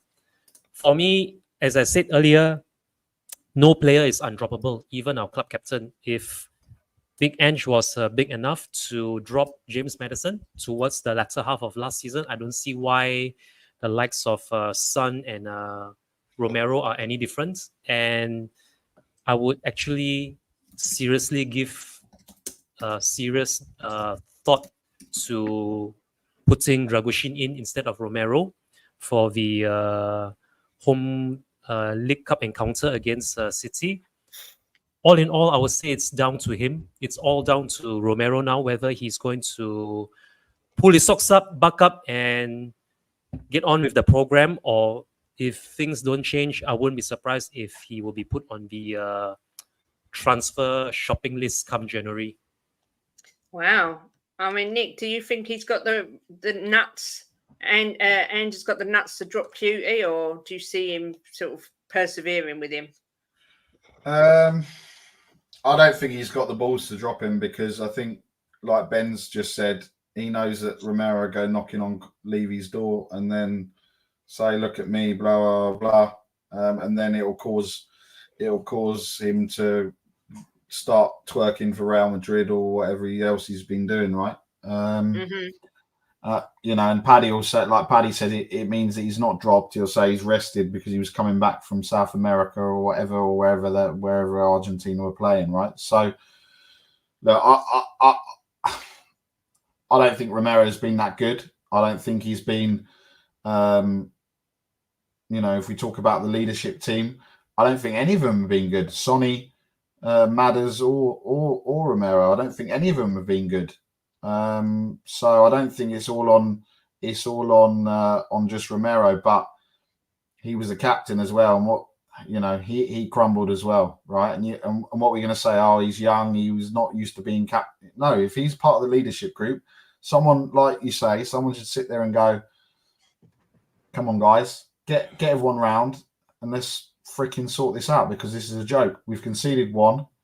We're not concede. We shouldn't concede anymore. We've had our chance." But yeah, I don't know. I think, look, if not, he's not going to play the whole season. So at what point are we going to be at the stage where someone gets injured and Dragusin's got to play, and then he makes a mistake because he's not been playing? So, and then we'll go, "Oh, well, Dragusin's not that good." A bit like what happened with, when he got sent off. "Oh, well, I can't believe he got sent off." Well, he's not played, and the ball wasn't particularly great. He made a bad error, and there was only one option that he had to do. Otherwise, it's just. I just think that those players, those players need a response, not only for themselves but also for Ange. I think that's the most important thing tomorrow, because if they start 15, 20 minutes and nothing happens, then we know, like we say, we know what's going to happen. We know the moans and groans are going to be in the stadium. We know we're going to be talking about passing it forward, and they sit there and they're loving it when it's all going well. But when the true test for those players and for this football club is when we're not doing well, and that's when you see if these players are good enough or not good enough. And quite frankly, none of those players on that pitch are good enough when things go bad or they need to dig in. None of them. Absolutely none of them. You can sit there and say, in patches, the team plays well. In patches, players play well, but there's no consistency. And we've seen this for a long time because they know, like we know, how this is going to end. They know that Ange will be gone, someone else will be there, they'll start playing well again, and that's sad, unfortunately, but that's how it is. If these players have got that attitude, it's such a crap attitude to have because they're professional footballers. I mean, I can't believe that they've got that attitude. They must want to win stuff as players. They must do. When they leave, Jimbo. Huh? They do when they leave Tottenham. Yeah, but they must want to win stuff as players, Hugo Lloris went and won something. The club. So I can't believe they got that attitude. But I think that if he wants to drop Romero, he will drop him. He drops Son, so why won't he drop Romero? I think if he's not a weak character, and you can see that's for sure. So I think if Romero, if he thinks he should be dropped, he'll drop him. But I mean, I think to myself anyway, Nick, that we should see VDV and Dragusin together anyway, because I think that's the pairing that's going to end up at Tottenham. I think they're going to be the pair that's going to end up as our back line in the future, because I don't think Romero will start. I think he'll go to Real Madrid sooner or later. Yeah. So I think if he thinks he should be dropped, I don't think he'll have any qualms about dropping him. So with Sonny back, before we finish, is Sonny walking straight back into the team, do you think, Jim? I think he should do, if he's trained well and he's got his fitness up. He's only been out a few weeks, hasn't he? Yeah. It's not like he's been out 2 months. I should imagine he'll be good for half a game. So I don't know if he'll start in the first half or he'll bring him on for the second half. But he will. I think he'll definitely get at least half a game. Do you think he starts, Nick? Oh, I hope he starts over Timo Werner, but then he needs to put in a performance. He's, for me, been, like I said, with Romero and Maddison, this leadership group, disappointing. And people can sit there and go, oh, Son's world class and Son's this and Son's that.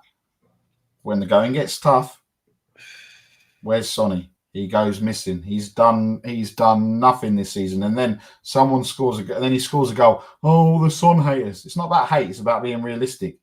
Son, for me, without Kane and without that partnership and without his pace that he's lost, is not a great footballer.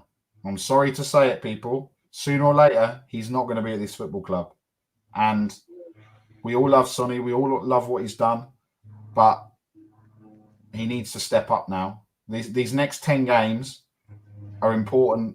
Let's see. So I want him quite happily, like with Brennan Johnson. I want him to go and score 6 in 6 or go and get a couple of goals tomorrow and win the game, and everyone's going to be happy. But that's what he should be doing. If he's world class, that's what he's doing. A Ronaldo, a Messi, they're world class. They're players that turn games on their heads. We don't have players that turn games on their heads for the right reasons. We have them for the wrong reasons. And I don't think the system suits him. I don't think the system helps as well. So I would quite like, like we've always said, we should play a 5-3-2 with 3 across the back and Porro and Adoji pushing up. I quite like to see Son and Solanke up there up top, but it's not going to happen. So do we give him a free role? But we can't really, because Kulu is probably the only one. The Kulu Defence League is probably the only one that has been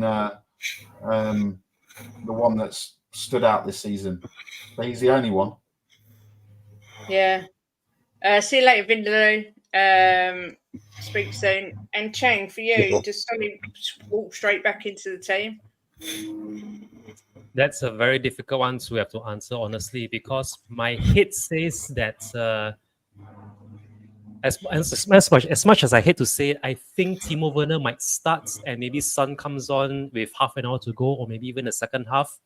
But if I were to go with my heart, yes, I want him to walk straight back into the starting 11, although I think it would be a big disservice to whoever who has to make way for him. And looking at Timo Werner's past few performances, or rather his past few games, it would make sense that Timo's the one that makes way for him.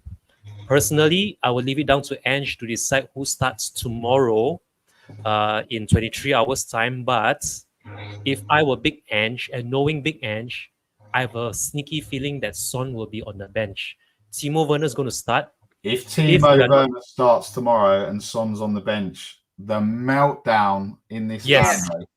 Exactly. The absolute meltdown and the hate towards Ange and the hate towards this football club. I think he has to start him, Chang. If he doesn't start him tomorrow, which is where, I get where you're coming from, and which is why I'm going to segue into this.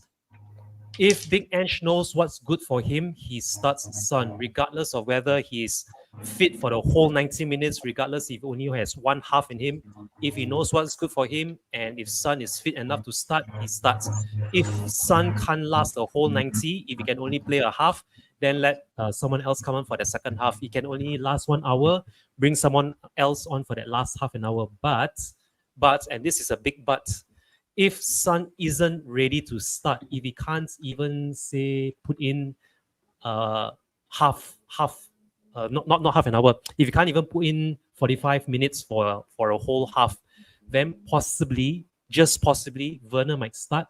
But I can see where you're coming with this, and I can see where a lot of fans will be reading a bit too much into that starting 11 tomorrow, which is why I think that starting 11 tomorrow will not only dictate the entire game, but also the mood and the atmosphere at the stadium tomorrow. Yeah. Odegaard should be back, I think, next week. I think that's what he said. Can you hear the gardener, Kate? Oh, is that our gardener? Yeah. Oh, noisy bastard. I'm going to leave it there. I think he's got. I'm with Nick. I think he's got to start Sonny tomorrow. Can I say something, Kate, before we go? Hang on. If he starts Werner, I think he's opening up.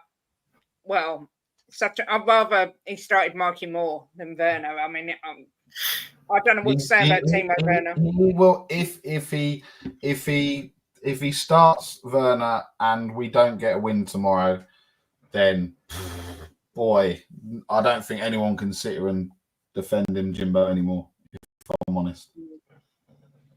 I want to say, right, before we go, that I think we've got to start as a fan base looking further than Ange and the players, right? Because when you sit down and think about it, we've seen Villa in disarray, right? We've seen Brighton come up and start doing well. Brentford have come up to this division and are holding their own. You've seen Chelsea in absolute disarray. I mean, there was one time a few last season or no season before, if Chelsea never had, and didn't have what's his name? Was that young player they got? Cole Palmer. They didn't have Cole Palmer, they would have been in a relegation fight. And they've started coming back now. We've seen Arsenal in absolute disarray, and they've started coming back now. And we're like the stagnant team. We're like the team that is, we don't really get any worse. We did all right under Poch, but we don't get any worse. We don't really get any better. And it's like, what is happening at this club, really, when you think about it? We're just like the stagnant team that's just there. We're not going to go down, and we're not going to win the Premier League. We're just there. So you've got to look further than the manager and the players. It's up there, up the top, that they're not doing it for this club. They're not doing the right things to make this football team a football team. I just wanted to say that, when you sit down and really think about it, think of all the clubs that have been in disarray, right? And we've had all these years to get ourselves together and still never done it, manager after manager. We had the best striker in the world, and he walked out of the club. There was a reason he walked out of the club. So maybe we should stop giving the manager and the players our time and look further up the ladder.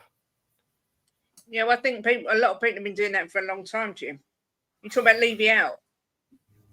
But I mean, he's not doing it. He's doing well for the club in certain aspects, right? But at the end of the day, we're a football club, and I understand he wants to make money for the club. I'm the first one behind Levy for that, right? Making the money for the club, but when you're making the money, make the football team into a football team that's going to challenge on every front.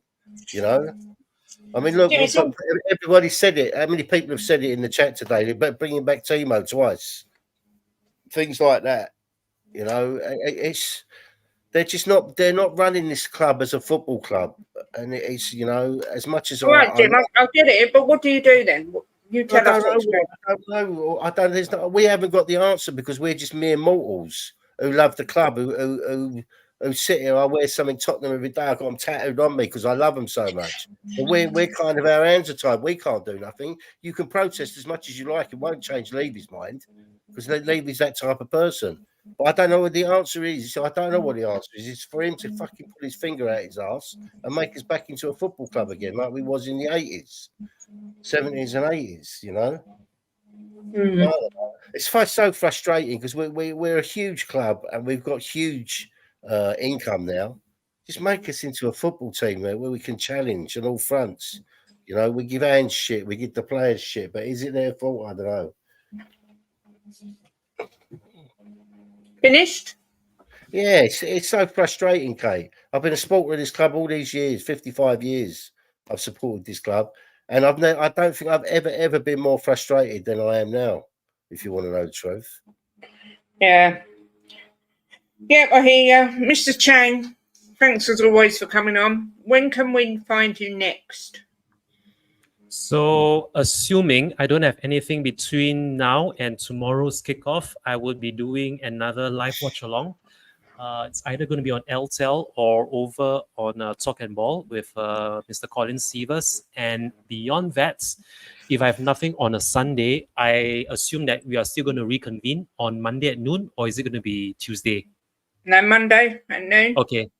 So that's the only thing I have in the next 3 days. The watch along tomorrow for the game, and also the post weekend review at noon on Monday at this channel. Excellent.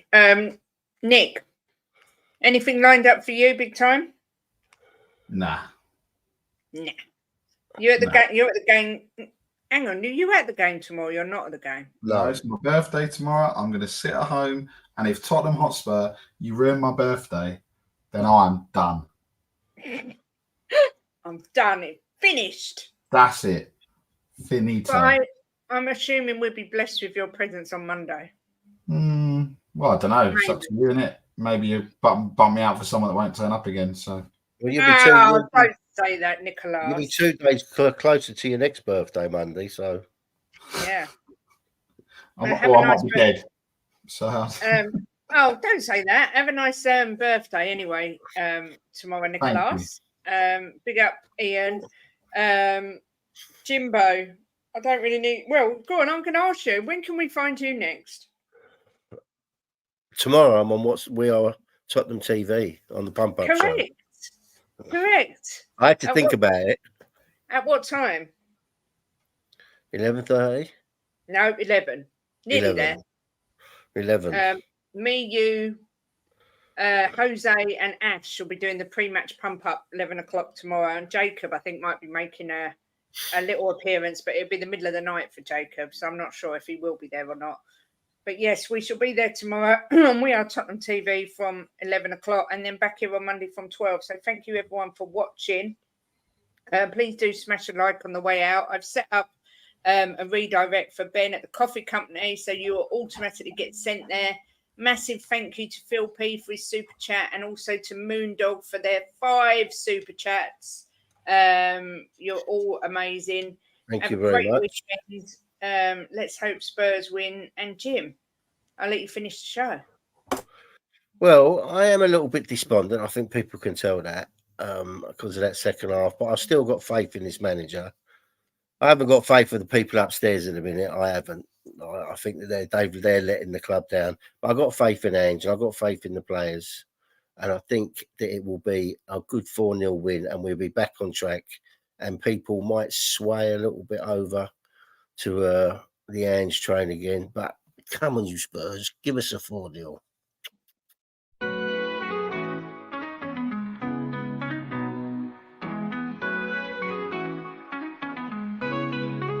Giving opinions with no regret, smashing the top bins like in the onion net. Talking the talk with Kate and Jim, and walking the walk, just listen in. The perfect match, Kate and Jim, getting at it. Kate and Jim are gonna smash it. Reviews, previews, opinions and laughter. Mix and transfer news, it's what you're after. The perfect match, the perfect match. You just got to latch onto that perfect match. The perfect match, the perfect match. You just got to latch onto that perfect match. Jimbo always keeps a positive spin, while Kate's Mickey has a name dropping. Gets you out of the blue like Lenny stop robbing, or she's just flip-flopping. Hell, this place is popping.